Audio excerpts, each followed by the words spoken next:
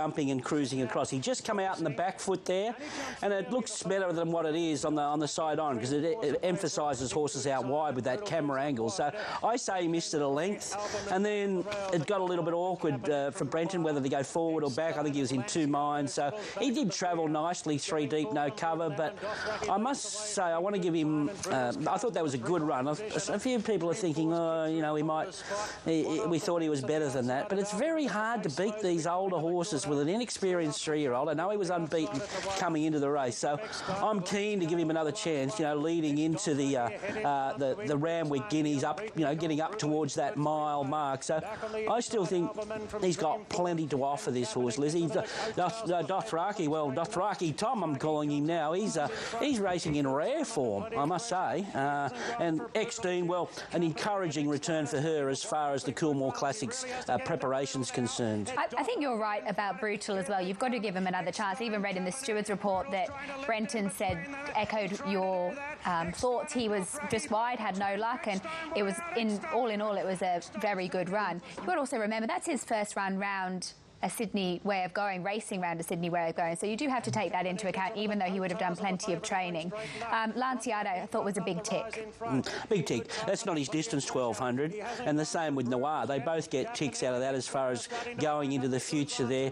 And another thing I want to bring up, you don't see John Hawkes, who's the team leader, obviously, run these 3-year-olds against older horses first up unless he thinks they're very, very good. So I'll trust that that's a sign from the stable that they think he is top class. Also, Dreamforce, no luck there. No, he had no luck. He got hurled up behind them there, as you can see in the orange, and coming out a little bit on the back foot as well. So, all in all, a good race, but a hard race to sort of identify because there were so many, you know, excuses and different sort of good runs in the race. A terrific race on paper, and I think it ended up that way as well. This Nikita Jane, I think she's outstanding here. I think the sky's the limit for her. To do what she did in her first preparation, you know, going from a Warwick Farm maiden to third in the Flight Stakes, and only, you know, like I said, in 3 runs in one preparation, and to resume like this and win the Light Fingers, and to think that she's a filly that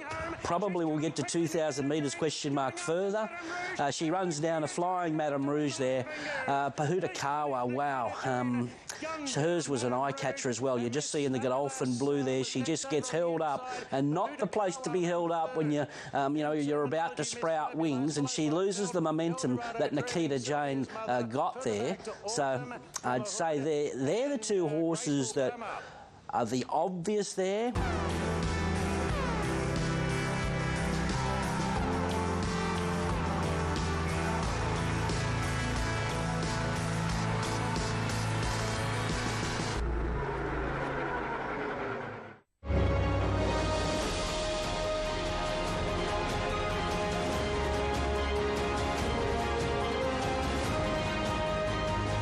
To Randwick. We're just waiting on the horses to come into the yard here for the Star Apollo Stakes. The Star isn't here just yet. They were in quite late in the previous race with a couple of horses playing up behind the gates, so they're a little bit late coming into the yard. We're getting a few here. Egg Tart and Unforgotten have walked in, and Patrick Erin is here, so the Waller horses have all made their way into the yard. Brimham Rocks is here, and Tommy Melbourne's here. So all of the Waller runners bar the champ in the yard. We're waiting on Happy Clapper to come in, and Aloysia as well. So with that late start to the previous race, we're just a little bit behind now with just 12 minutes to go before the Star Apollo Stakes. And Duff and Lizzie, as always, it's just this anticipation of waiting for the champ to walk into the yard.